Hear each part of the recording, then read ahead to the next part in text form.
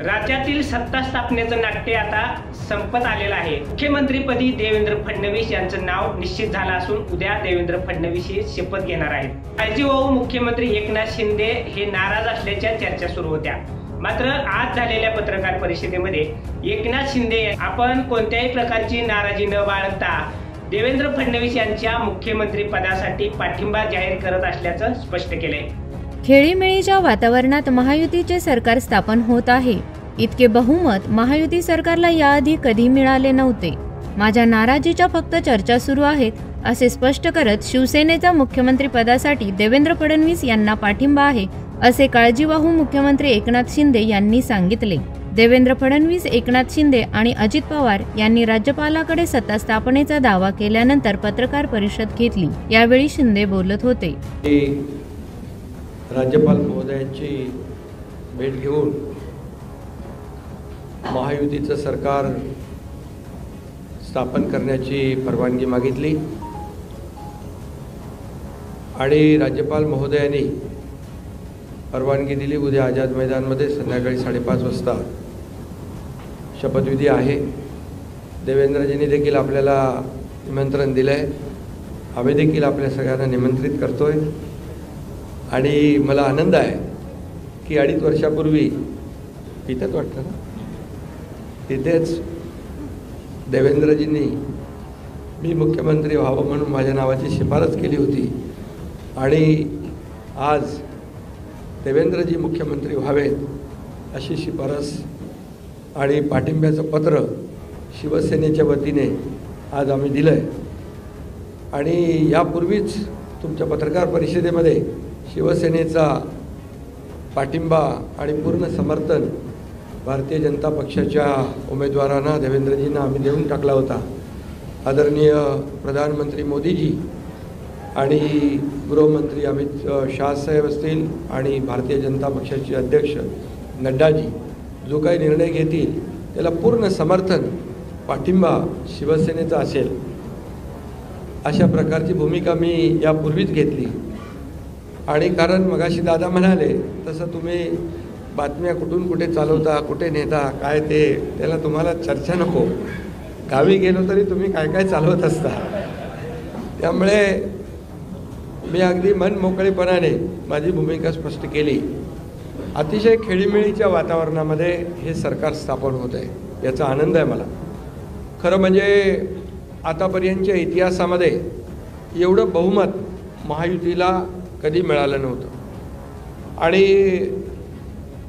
या महाराष्ट्रातल्या तमाम जनतेने व त्यामध्ये सर्वच आहेत, आमच्या लाडक्या बहिणी, लाडके भाऊ, लाडके शेतकरी, सर्व घटक, या राज्यातला प्रत्येक मतदार याने महायुतीवर मतांचा वर्षाव केला आणि एक ऐतिहासिक आणि दैदिप्यमान असा विजय या ठिकाणी महायुतीला मिळाला।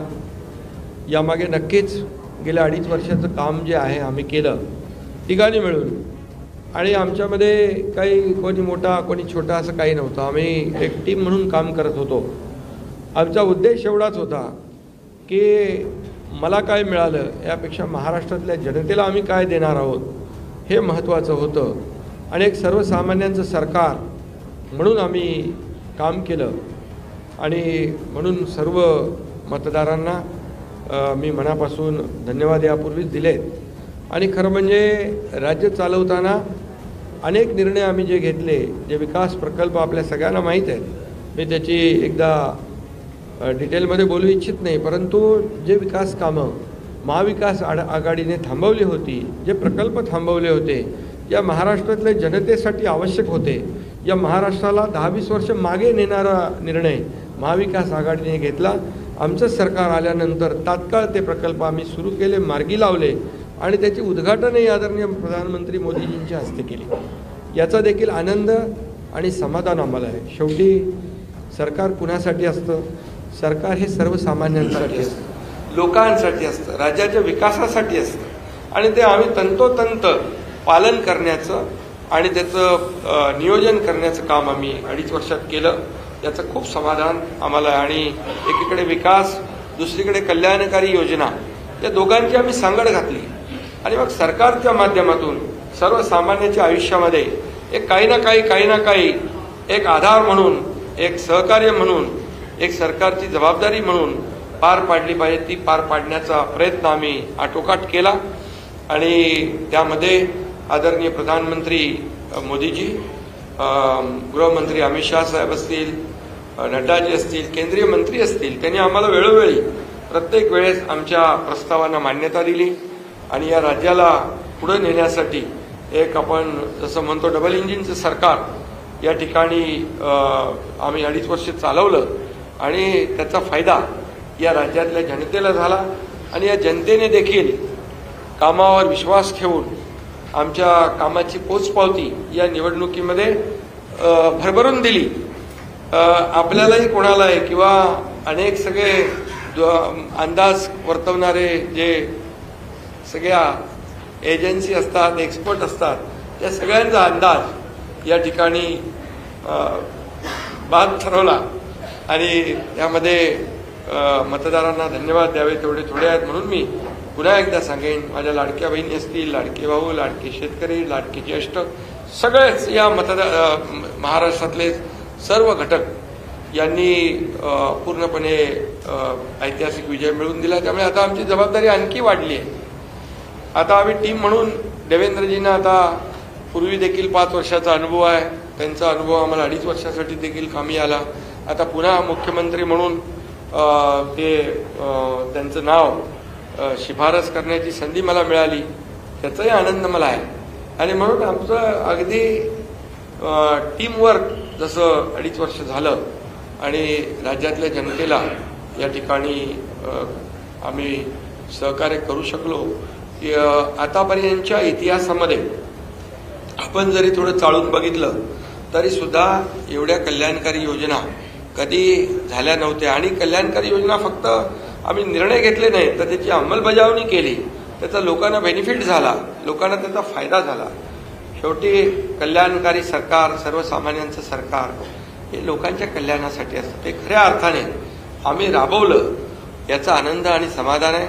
त्यामुळे मी पुन्हा एकदा देवेंद्रजींचं मनापासून अभिनंदन करतो की पुढचा आपला जो प्रवास आहे तो अतिशय यशस्वी आणि राज्याला पुढे नेणारा, या राज्याचा विकास करणारा आणि सर्वसामान्यांना न्याय देणारा ठरेल. आणि त्यामध्ये नक्कीच आपला सर्वांचा सहभाग असेल, सहकार्य असेल.